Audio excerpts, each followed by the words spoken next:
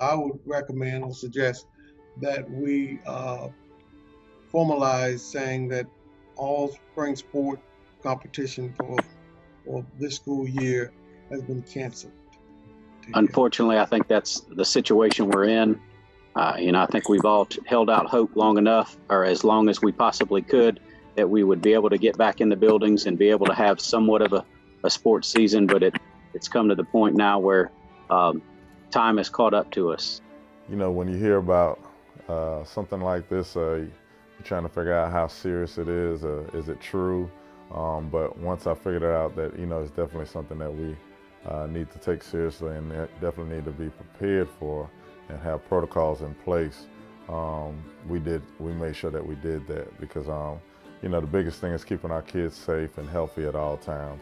When I found out that school and sports would be suspended because of COVID, I was hurt, I'm not gonna lie, because it's my junior year. This is the year where you really need to make a name for yourself, and plus academics wise, I don't want to be holding off a year just because of COVID, Like, it was kind of hurtful. I don't feel a lot to you. It was kind of hurtful because now all my dream and hopes just fall out the window just like that.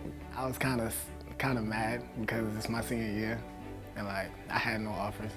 Final head coaching vacancy in the Low Country has been filled. Timberland announcing today they've hired Greg Wright as the new leader of their program. Wright is a Cross alum who actually played under our Craig with the Trojans. Now he'll take over the program Craig led to multiple state titles. Wright would go on to play at South Carolina for Steve Spurrier, then coached at Eau Claire, Swansea, and Denmark Olar before coming back to the Low Country. Despite a pandemic going on, I definitely felt comfortable about taking a job here at Timberland High School. I thought it was a good opportunity for me and my family, me being from here. I didn't shy away from it at all. The environment that they have here for us, all the administration and the people that they have here, it excited me because I've always wanted to come back closer to home, and it feels like home. Looking for a new coach in this time, we never knew that it would have been like this. With him not being able to have a spring, him coming in right in the middle of the summertime and just trying to get prepared for a season. I'm not going to sit here and say it's been easy, but as a staff that we have been trying to do is just work together, making sure that everybody's on one accord, everybody's speaking the same language, and that's where we at right now. It was concerned about the pandemic because, I did got sick at work. So, it was kind of even more riskful for me because I might probably catch it again, it might be worse for me, but they said follow your dreams, so I just follow my dreams. To begin with, is a challenge. Not knowing how many kids we will get, not knowing how the season will go, but as we got closer and as we got in depth with it, it became pretty much a lot easier. Making sure the temperature was correct, making sure that they're washing their hands, making sure they're not sharing the water at all. We as coaches, we pretty much giving them the water at all times, making sure that they're washing their hands and just make sure that their temperature is good. So that's one thing I can say about our staff is that we're doing everything that we can to prevent it. Not saying that it can't happen, but we're doing the best that we can to prevent it. The measure I had to take, not to get again, I got to wash my hands frequently, got to put hand sanitizer on, put mask on in school. Sometimes wash my hands after practice, if I come home, to make sure my family don't get it either. With this pandemic, it has forced us to minimize the number of athletes you can have on the field at one time or in a facility, say for instance like the weight room, where you can't have a spotter. So we really had to be strategic on how we're going to get the work done. The way things are different because of the pandemic is, we can't really be that close to each other, and we're not really allowed to have fans, but it's fine. I play for my teammates. Something I don't like about football season is kind of the fans because that's the community coming to watch us play every week. And that's family coming to watch me play every week. My goals for our kids are to make sure that they understand how much I do care about them. That's a big goal of mine because kids don't care how much you know until they know how much you care. I tell them, I said, I know I'm hard on y'all all the time, but it's because I want y'all to be great young men. I want you to be a great father. I want you to be a great husband one day. I love to win. I'm very competitive, but ultimately, I care about you when you leave our high school. What is that going to look like?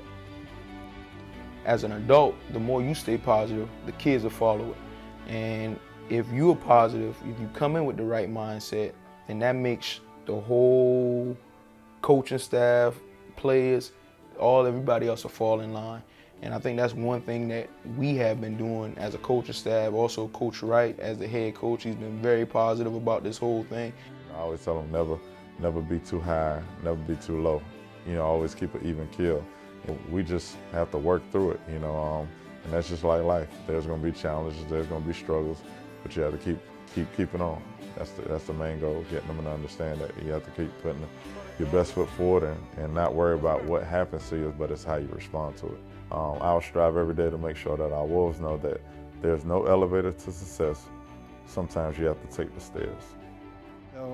Athletics, football is very important to this state. It's very important to the athletes and their families. It's important to the institutions, and all of us love good competition like that. I think the most things that occurred when we first heard it was excitement. Excited for the coaches, excited for the kids, excited for the community, because it's something special. In the state of South Carolina it's huge, and Hartsville it's huge, and it's something that everybody looks forward to. Do we have all the pieces of the puzzle in place? And making those things happen and doing those type of things was a challenge. You can even start in the summer. We didn't have spring practice. Normally we're used to having spring practice the month of May. Our summer workouts were completely different. We never went inside. We didn't feel like we could adequately clean the weight room with the supplies that we had.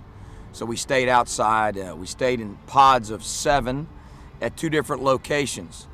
So all summer long I'm in a car just driving. I didn't work with any kids but more than 5 minutes, because I'm driving to the different locations, trying to keep the group small, trying to keep everything. So just from a preparation standpoint. Then when we started the season, our first scrimmage was canceled. Our school district didn't feel like we could play anybody on the outside yet, so we lost a scrimmage. Not to mention, we only had 10 practices leading into our first game.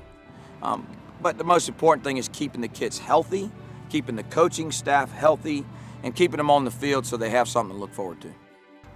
As far as the challenges go, when it happens, then again, how's the state going to handle it? How's our district going to handle it?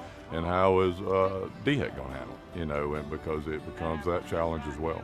It's not been a whole lot of fun. Coaching with a mask on is not exactly the most fun thing to do, but you have to do it.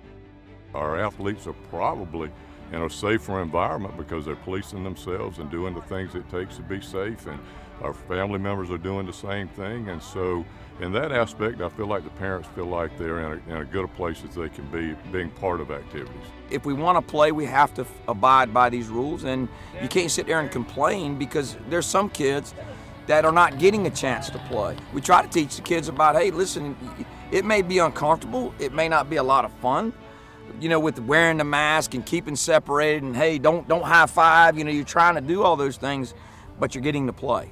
And that's what we're just trying to talk to the kids about, is just being thankful for the blessings that you do have, and don't complain about what you don't have.